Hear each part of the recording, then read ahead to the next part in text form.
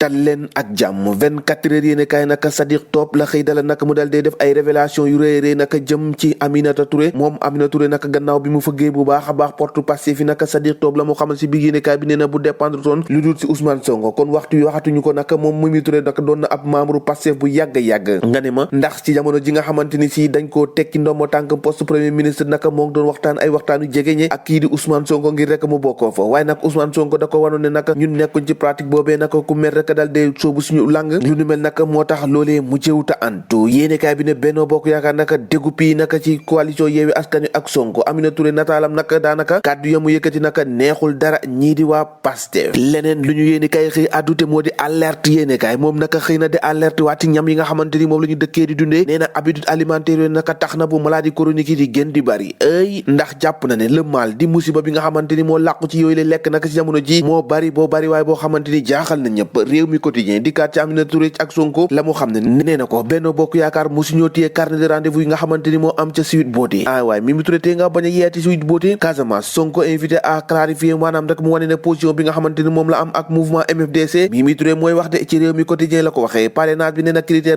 d'organisation waaye itam nekkul loo xamante ni dañoo taxaw rek ngir éliminer yénn ci candidat bu ñu sukkandikoo ci ay kàddoom moom Mimi Touré tribune yéene kaay ci législative yu fanweeri fan ak benn si weeru juillet la xëy fësal naka liste parallèle naka entre le sommet de Macky Sall ndax si parallèle yooyu moo ko yàqaloon lu bari ci élection locale yi lu ñu mel naka moo tax naka moo Macky Sall bëggatul koo gis ndax les démons de la division sont toujours présents ndax ñi nga xamante ni si ñoom ñoo ko defoon ba léegi ñu ngi taxaw nag loolee tax nag Macky Sall fas yéene taxaw rek ngir jëlee fi loolee ay frustré nag en embuscade am na ñu bari ñoo xamante ni dañoo mer giifaguñ naka dénkaale loolee tax nag ñu ne coob bu taxaw di xool laataa ñuy dem ci élection yi loolu nag la Macky Sall bëgg a teggi ba mu set wecc bala muy daanu ci ndëgg sërëx loolee moo tax naka yéenekaay bi di Direct News nee na Macky Sall naka xërtu na bu baax a baax ci ñi nga xamante ni moo di ay responsable am gannaaw ba mu bëggee rek dajalewaat ay mbooloom ngir rek ñu fexe rek bu am ndam lu rëy ci élection législative yi ndax ci jamono ji yéenekaay bi neen xam nañ bu baax la leen daanoon lu ñu mel naka moo tax mu bañ mu dal leen ci élection yi ñu dëgmal Direct News loolee la xëyee waaye lu mu ci doon lu ne naka l'info yéenekaay dikkaat na ci résultat local yi parrainage ak mbirum Adji Sarr Benno Bokk Yaakaar naka la ñu guuxoon ñëpp goqi nañ ko jëmale ko coalition Yewwi Askan Wi ak Ousmane Sonko xas nañ ko yegg ko lu mel ni xamee jaarale ko ci Mimi Touré Pastef boobee ka ko jiite di Ousmane Sonko niki démb naka dal dinay génn naka amal ab sortie bu weex xat jëmale ko ci union des magistrats du Sénégal Sonko nag désigné na bu baax a baax ki nga xamante ni moo di Ousmane Simer Diouf ak i ñoñam gannaaw ba ñu génnee naka di kartu ne Ousmane Sonko la muy wax si justice bi xamul si dara loolee tax naka mu génn moom itam dal di tontu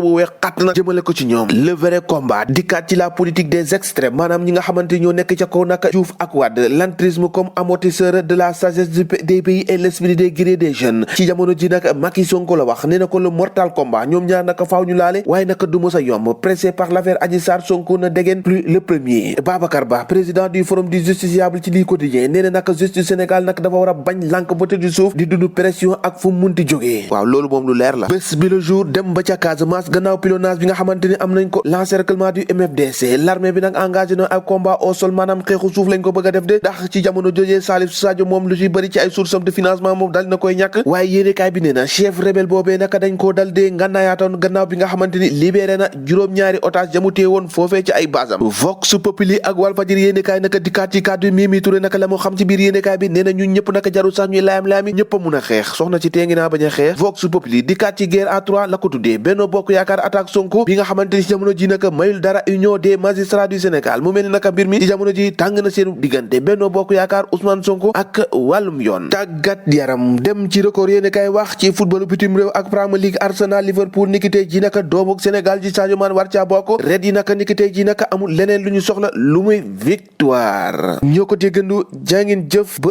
ëllëg